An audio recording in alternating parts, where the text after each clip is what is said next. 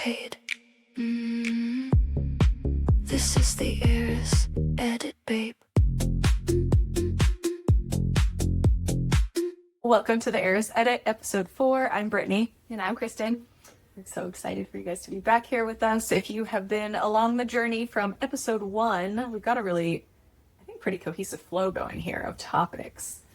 Today, we're going to talk about needing reassurance, but kind of pretending that you don't. This kind of came out in a couple of ways, both in real time and just reflecting back on past relationships. Some of those early dating bad habits, or I don't even know what to call it, honestly. It is a bad habit, but it's so much deeper than just having a vice like smoking a cig every once in a while. It's so much worse than a bad habit. It's become so woven, I think, into kind of how people approach dating. We talked last week a lot about avoidant behavior, and that's certainly rampant in the dating world. I'm curious, and I don't know if you know the answer to this, but I'm really curious if that is present in younger people, people who are, say, early 20s, maybe having their first or second significant relationship, or if it's an old folks bad habit. Old folks meaning myself and my, you know what I mean? But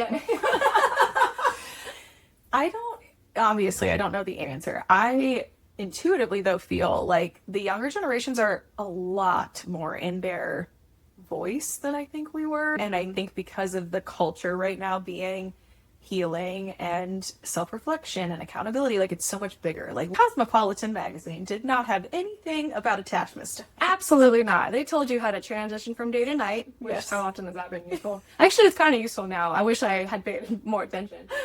How to apply makeup and how to perform sexual acts. Pretty much. This is the generation. So I feel like, if I were to just take a guess, I feel like probably the younger 20-somethings, if they want reassurance, they're probably like, hey, which is also why we have probably the current dating realm where there is a lot of discord happening because we aren't matching. The women are like, I need reassurance, and a lot of the men are like, no, I can't give you that. I don't want to give you that. I think, just reflecting back on me as a young woman, I think I was way more discerning. So I do think that, specifically Gen Z, I do think that they have more of a voice in lots of different areas at work. There will be endless memes, right, about how millennials will go to work sick, and it will just be like, yeah, sure, I can take on that too, like, to their boss. Whereas Gen Z's like, I need the whole week off from my birthday. You know, so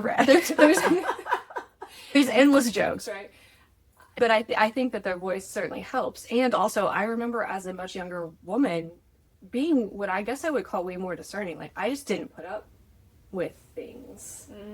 And so I'm curious, like, when that happens, if it's a generational thing or if it's just like, you know, being divorced and trying to date in midlife, you know, what that combination is. I think for me, and I'll just speak personally because I resonate deeply with this. Like, I used to be a little bit of a fireball when I was younger. You know, I had a relationship. I remember the first time my boyfriend cheated on me, and I found out, and I was fit to be tied. And now I've navigated other relationships, even, you know, recent in the same kind of infidelity space, and I was cool as a cucumber in a lot of ways. I did process, but at the same time, I wasn't the, like, outward vocal that I was when I was younger. I think that it's part of our evolution as women a little bit, right? We become mothers, and then it's like dating in the sphere as you're older. I think we really have this need and desire for partnership, and where when we're younger, I think we're just like, whatever, if you're not the person, I'll find someone else, you know? That's fair. Yeah. Yeah. We see the dating sphere in the market, and we're like, oh, okay, maybe we need to like adjust a little bit here. Right. Maybe I contribute to this dynamic. Exactly. Right? Yeah. So I think there's a lot of facets that get us to this. But I mean, I even am guilty of, like, in my current relationship, even in the past relationship, needing reassurance, and I will speak to it, right? But whether it's reciprocated in what I think is enough, quote unquote, right, is a different story. Or like if it feels authentic or real, Right. or if you believe it. I think that's, for me, that's been an issue. Because I think I'm just like, because when I really compare kind of like, you know, early 20s to mid to late 30s, early 40s relationships, those young relationships, I never needed to ask for reassurance because it was just there. Like it was, and again, like I guess I'm allowing the asterisk of it could be like we were just inexperienced with the relationships. There wasn't as much pressure. We weren't pulled in, 1,000 directions. Yeah. Maybe it was like 10 directions instead of the behemoth that it is now. But I just don't remember that being a thing. And then now, and maybe this is like maybe being slightly jaded by the whole experience, in midlife dating, is I don't know that, how do I say this? Like having to ask for it makes it feel like it's not real to me. And so, while I certainly have found my voice and asked for reassurance when I need it, it's still like kind of in the back of your mind of like, oh, I don't want to make it obvious that I need this. But then I'm like, my brain's trying to reconcile that math of like, wait, if I need reassurance, what does that mean? And you just played a reel that was so on point, right? It was this man saying, I've never thought a woman was too much when she asked for something, or requested a need, right? It's like, if I actually want the woman, Yes.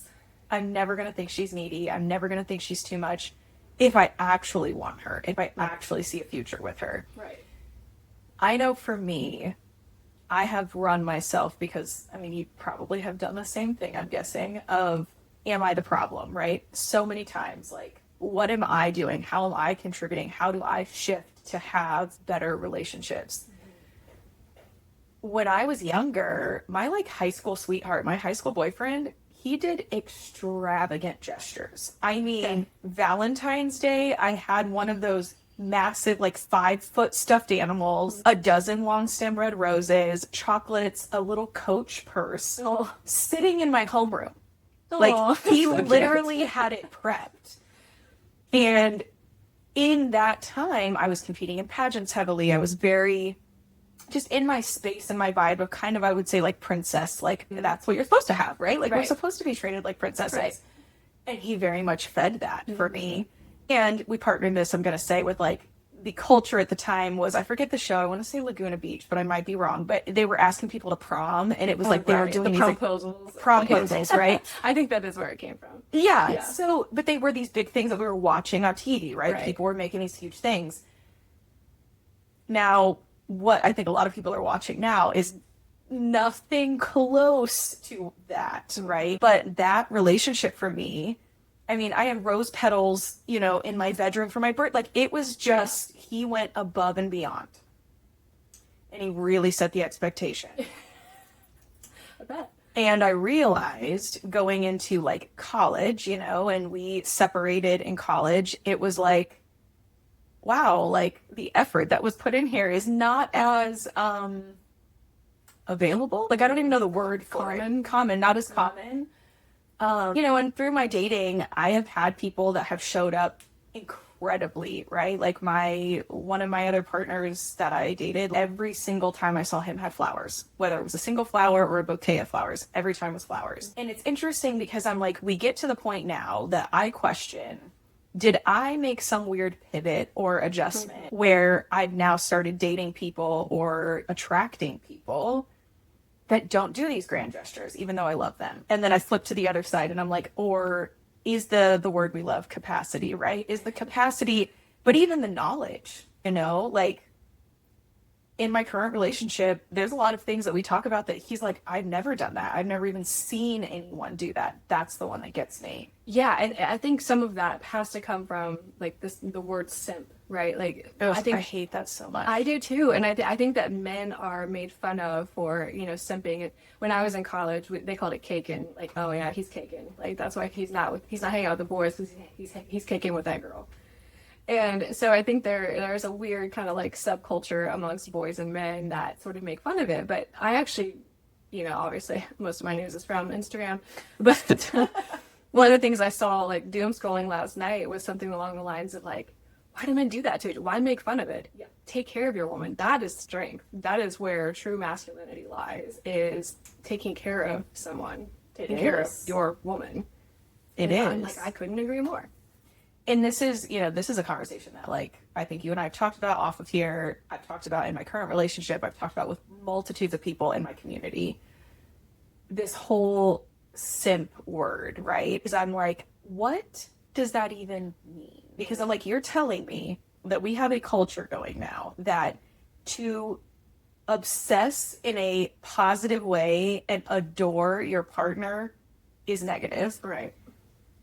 Pampering the woman in your life is negative. Giving her acts of service or gifts or going to put gas in her car is negative. And we wonder why the women are jaded. We wonder why the women are like, don't approach me at the bar. Yeah. Gentlemen, men listening, it's because we have some distorted things happening. And it's like, it isn't just on one side. I know it's on both, but like, Sure. I think we do have, you know, a generation of women right now. And I do think this is some of what I've heard. A lot of the younger generations are very much like, if you don't show up correctly, don't show up. Yeah. I will live with my cats and I don't care. And they're serious. I legitimately think a lot of these younger girls are like, oh, I believe they're dead serious. Yeah, they're like, okay, I will just live with my cat as my cat's doing something really risky right now. yeah. No, I totally agree. I think there is a huge amount of low tolerance for bullshit amongst this generation, and that is one of the ways that I really admire, especially the women of Gen Z. You know, I think, and I'm not especially well versed in this area, but I know, like, you know, the idea, like the male loneliness, you know, epidemic, and things like that is, you know, young, you know, Gen Z men are basically like have very little confidence. At least this is what I'm, you know, hearing. It's not necessarily what I've observed per se, but you know, they're low confidence. They're not really like going after the big job. Like they're not building the businesses. They're not going after the career. They're not looking to be good husbands. Some of them, you know, may want children, but they're not thinking about, oh, how can I be a good husband? Because ultimately that is going to amplify what I do as a man. And then in order to be a good father, I must first be a good husband. Yes. I think that's lost on many generations, but I think that is something that's especially missing today. Yeah. And, you know, the lonely man epidemic is what we're calling it. This is just, it's so, I didn't even know this was a thing. I didn't, honestly, until I think the last really couple years. I was not aware how insane dating had become. The last few people I had dated, I met organically. I did not meet them online. And so I wasn't even aware of what was going on, you know, in the social sphere. And now it's upsetting at such a core level to me to hear women not being adored by their partners while also witnessing and watching men who literally have no example. There is no show, movie, anything going on that's like, you know, where the guys are taught, oh, that's just in the movies, don't do that. Women take advantage of you. So it's like we're being pitted against each other in a way. So when we come asking for reassurance, like as women, those of you watching are probably like, yeah, like we enjoy safety. Women need to feel safe. Absolutely. So if there's anywhere that we're not feeling safe, that reassurance, I would lean a bold statement to say every woman needs that in some way, shape, or form. Yeah. But we are also being told and taught not to speak it and to shrink and to just... Well, totally. And I think even in micro ways, like within specific relationships, like if you find yourself needing reassurance and then you get brave enough to ask for it, and then that is met poorly, that is essentially teaching you you're not allowed. You know, you have to stay within this. And then, you know, over time, you're sort of trained to not bring up emotional needs or things that bother you or things that just feel a little off, right? I have an ex who had terrible boundaries with the mother of his children. And, you know, this woman felt comfortable calling him at like 3 a.m. And I'm like, that is not okay. Like, clearly there's something that's making her think that's okay. And that makes me uncomfortable that you haven't addressed that, you know? And so, but then there are things that sort of like stack up, and then you're like, I don't want to bring that up again because last time I did, it was a giant fight that lasted 3 or 4 days. And you know what? We've got this or that other event coming up. I'd rather not stir the pot right now. Ugh, I know that space so well. Yeah. Right? There's this happening. We can't do that now. And, you know, I think a lot of I feel like the hum beneath what we've talked about so far in the podcast is communication. Right? It's just communication at the end of the day has got to be adjusted as a whole in relationships. And it's like, you know, I think if we talk about energy for a second, I just did a 3-hour call today with my Ether membership, which I love them to the ends of the earth, but we do a hot seat coaching call. And so once a month we sit together and basically just do like, hey, bring your stuff. Let's talk about it. Let's tune in. And the big theme with all of the people on the call today was we are literally like taking the table and wiping everything off of it, and we're creating something new. And this isn't bringing something back. This is we're creating a totally new template, a totally new energy to relations, like in everything, your relationship to your business, to your friends, to your family, to your partners, and even friendships. You know, like I've watched even in friendships over the last year, me asking for support and reassurance within my friendships and that not being met. Right. So it's like double down with you ask in a relationship, there it's not met. You ask in your friendship, there it's not met. So then it's like, you know, some of you might be listening like, I'm single as a Pringle, but like my friendships, I'm having this, right? And I'm like, those, like I think of the women in my life and I'm like, I don't ever want to deep seed the belief that like men are whatever. Like I want a man. I want that in my life, which is why I constantly am striving to be like the best version, right? But the women in my life, I'm like, that's like to me the roots. That's the tribe. That's the like when your relationship is wavering, that's your safe space. 100%. So when your safe spaces start to feel unsafe, which happens a lot when you transition in your life, right? It can really rock you. And so I think right now as a collective earth, we are shifting a lot around what's working and what's not working. Yeah. And so, and like you said, in so many categories, like it's just, it's everything. It's not just, you know, romantic relationships. Yeah. Agreed. I think I'm curious on your front, because I know I shared mine, like where do you think that for you, like where did reassurance kind of maybe become less of a vocalized, like something that I don't say, or just like maybe, asking maybe you stopped asking for, or where did you see like a shift, right? Yeah, I think, one really bad relationship in particular pops into mind, and this was with another avoidant. And this person like came in very hot, did all of the right things, like was very pursuey, you know, wasn't even quite, I wouldn't even say it was love bombing. I really felt like it was genuine pursuit. And then I don't recall in this moment maybe what the actual shift was, but there certainly was one where it's just like, wait a second. Because I pick up on patterns like very, very easily, and I clock changes, and I notice shifts in energy. I notice some patterns break even slightly. And it just, you know, most of the time I'll just put a pin in it until it kind of reaches this point where I'm just like, I can't possibly take this anymore. I've got to say something. And it just became more and more volatile. Like any time I would ask for reassurance, it was like either met with avoidance or fighting or taking my feelings personally.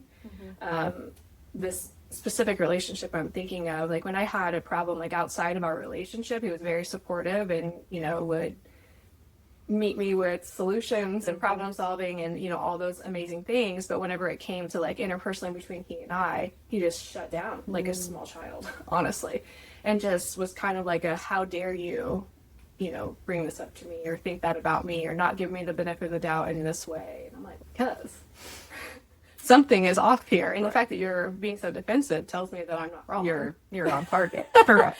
And that's making you uncomfortable that I have clocked this change and you don't know how to deal with that yet because you're not ready, willing, or able to be accountable for where you're at. Because like the reel that we played right before we started recording, men that actually want to be with you don't make you feel small or that your needs are, you know, unworthy. And the training came by way of like, oh, I know I can't bring that up again, so I'm just gonna. Something that I saw, because I feel like I've definitely fallen in that pattern too, right? That it's just like, well, like, is this the biggest fish to fry in this moment? Right. Maybe not. And that's certainly a thing too, right? Like not everything has to be spoken. And so sometimes that is tricky, you know, especially as a person who gabs constantly and has a pretty active stream of consciousness. it is hard to kind of like find that balance of like what actually needs to be said and like knowing about, you know, it comes with wisdom, I guess, about timing and that sort of thing. But this is like certainly outside of that. This is like, there is no time or space for, you know, issues to be brought up. Right. And I think that the piece that struggles on my end a lot is because I'm so intuitive and I'm so empathic, will already have a conversation in my head about why something's not being met. Oh, yeah. Yeah. I'll be like, this is shifted or this is that. And I will automatically be like, well, it's probably because of blah, blah. Like, I will have the whole conversation without ever saying anything. And now I've gotten to the point where I push myself and I'm like, okay, well, I'm glad I just had that whole diet, like whatever, like diet. What is the word I'm thinking of? Diorama? Maybe. I don't know. Words today are. We're talking about two of something. Diet something. We don't. I had the conversation. Yeah. Had the conversation in my mind. I then though will find pockets now. And this is just my internal work of like, hey, I've noticed this. Can we just talk about it? Because I already have talked about it to myself 20 times over, but I want to give you the benefit of also really having the conversation and telling me like where you're at. And we are super intuitive as women. And we feel the smallest shifts. And when we grew up in any trauma, we can feel the scent of a shift happening. Yes. Before it does. And there's been moments where I've said something and I bring an emotion into something. And I've been met even with, you're making this emotional and this isn't emotional. Mm-hmm. This is just, you know, X, Y, or Z. It's just, right. And that's hard for me. I realize that's my current space is I'm like, I am an emotional person. I'm rooted in emotion. So of course, everything for me is emotional. It's all connected. It's all energy. It's all of that. And I think a lot of the men today, and probably some women, are not connected to their emotions. Right. Yes. We know all the language. We know all the narcissist, trauma bond, manipulation, sociopath, whatever. Right. But I think a lot of people couldn't sit and actually be like, this is actually really what I feel, not what society's telling me to feel, what I feel. Definitely. And I think some of that comes from, I don't know, I guess maybe, you know, how we were raised and encouraged to shut that down. And then in different areas of life too, just at work, shutting it off. I've worked in software primarily in my professional career outside of my business, and you know, a lot of like software startup, they all have like kind of the same vernacular. I can tell a tech startup executive from a mile away just by the cadence of their voice. It's kind of like in the same way you could probably pick out a preacher in a group. It's just like they talk the same way. And so a lot of times they'll be like, we want you to show up as a whole person to work. And I'm just like, that is bullshit. No, you don't. No.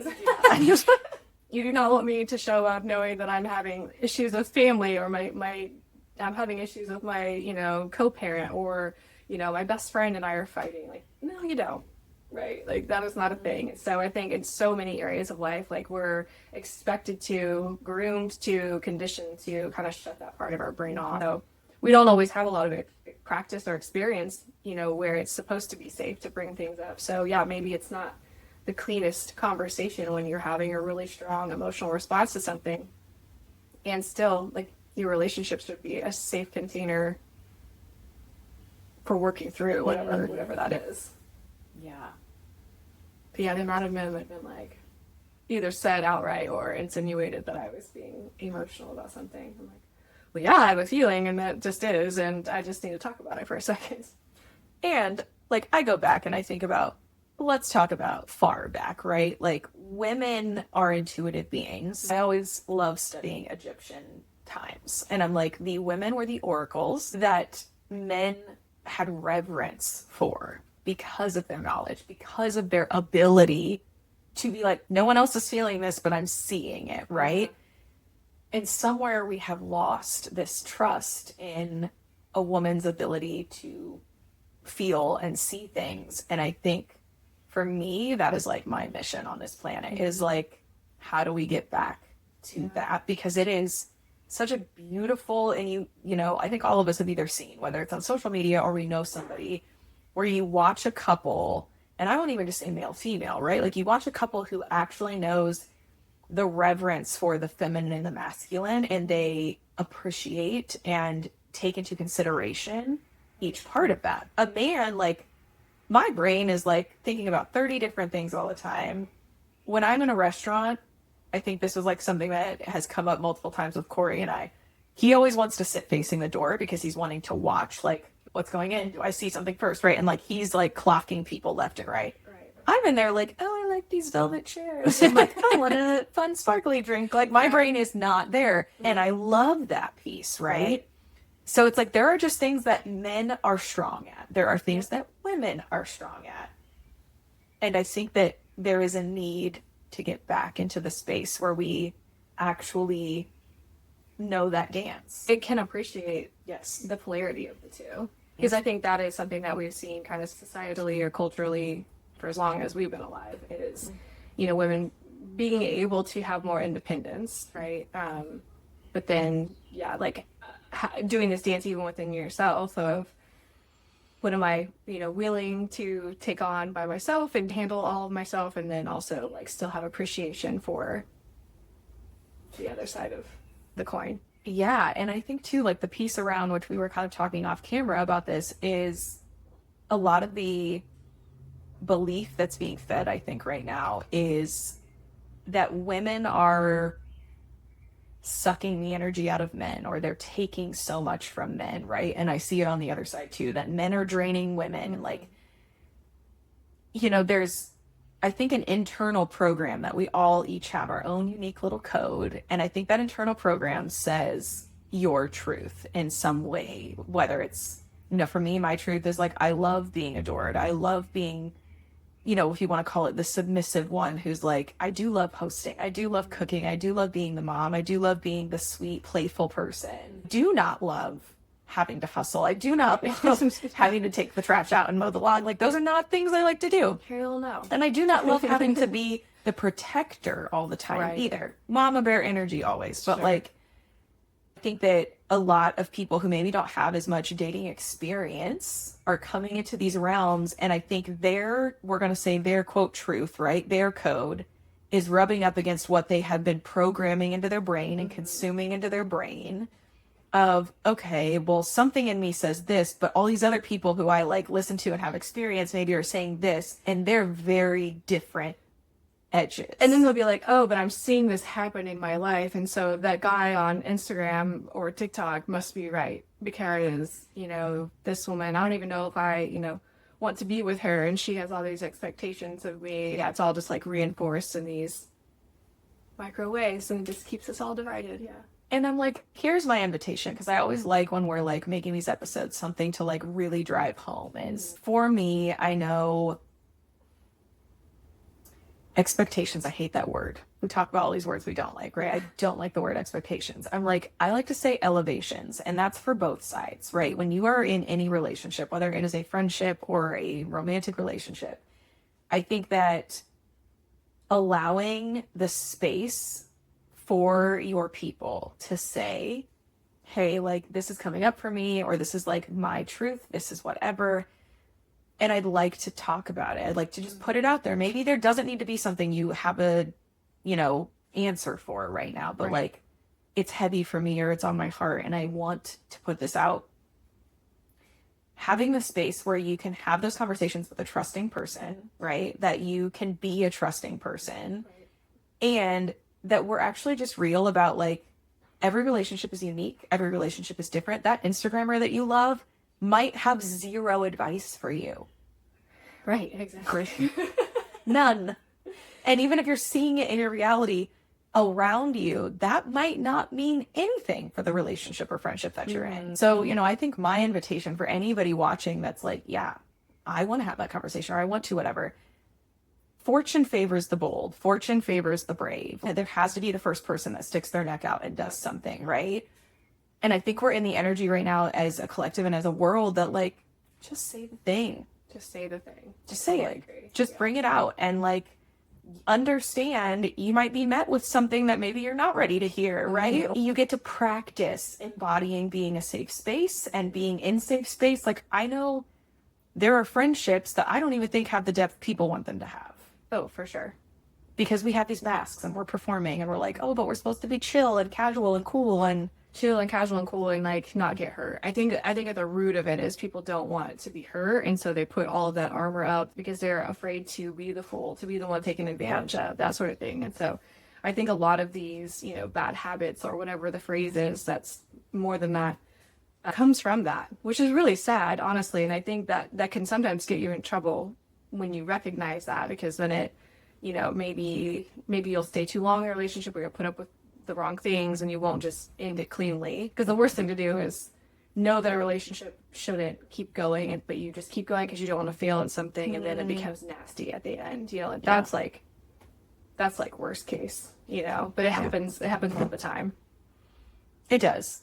It's like, to break patterns is not easy. To break belief systems is not easy. To step out into something that maybe no one in your sphere or circle is doing or has done, or you've never been shown how to do it. It's scary. Totally. And we don't really talk about it, you know. I mean, like, hopefully spaces like this make it a little bit easier to hear somebody else say, but, you know, you don't always talk about that sort of thing with your friends. So maybe they have been through it and you just don't know because you never asked, or they haven't felt comfortable or confident enough to kind of speak to it, or they don't want to speak, or maybe it feels like they're speaking poorly of their partner and they don't want to do that either, or they don't want you to think poorly of their partner. You know, like, there's a million reasons, because humans are messy. So messy. So the only consistent truth, I think, is that we're all pretty messy. Yeah. And it's okay to be messy. Totally. Yeah. And like, that's why I think with the podcast here, it's like, I hope that HERIS Edit becomes more and more of a thing that you could send this to your best friend if there's something in your friendship, or, you know, send this even into your partner, or like a clip into your partner, and just be like, hey, this like really hit home for me. Right. Maybe hearing it from somebody else will help it land. Yeah. Or conversation. Yeah. And to help you explain your own feelings. Yeah, for sure. There's some exciting, fun things coming up on the podcast too. And on social media, if you're not following yet, follow HERIS Edit. We had Pretty and Paid, round 1, and we had a confession wall that was super fun. And it was like, bring your, you know, I think it was like, bring your brags, bring your, you know, whatever. But that was also like, bring your chaos. And it was like celebrations and chaos and confessions. It was so good. And I said, this needs to start to be like a series, or like a bubble, right, on social media, where you can click the like highlight reel. Some of these are good because they're anonymous. You don't write your name. Exactly. Drop it on the paper. So we're going to bring that into social media and do some polls and let you guys also kind of drop in. So hopefully we'll get that rhythm going. Yeah. But I think I just want to say, you know, for those of you who are feeling, if you're listening to this and you're just like, oh, like, yes, like, I feel heard, I feel seen, I always love for you guys to drop down into comments, or, you know, bring into our DMs on Instagram. We're all over socials in any way, shape, or form, Facebook, and just say resonating or heard or got it, because you never know how many other people need to also know that they're not alone. I think that's such a big theme right now, is like, you're not alone. And a lot of us are doing some things that are really out of our comfort zone, and we're stepping into spaces that are scary. So knowing we have even someone on the internet. Yeah, exactly. Because even though we are so connected in this world, it can still feel like we're so alone. So yeah, just having validation from a stranger sometimes can go a long way. I know it has for me in times past. So if there's anything that you would want to hear us talk about, we'd love to know that too. Yeah. So feel free to drop that on social media as well. For sure. We'll see you in the next episode. Thanks for being here. HERIS. Pretty.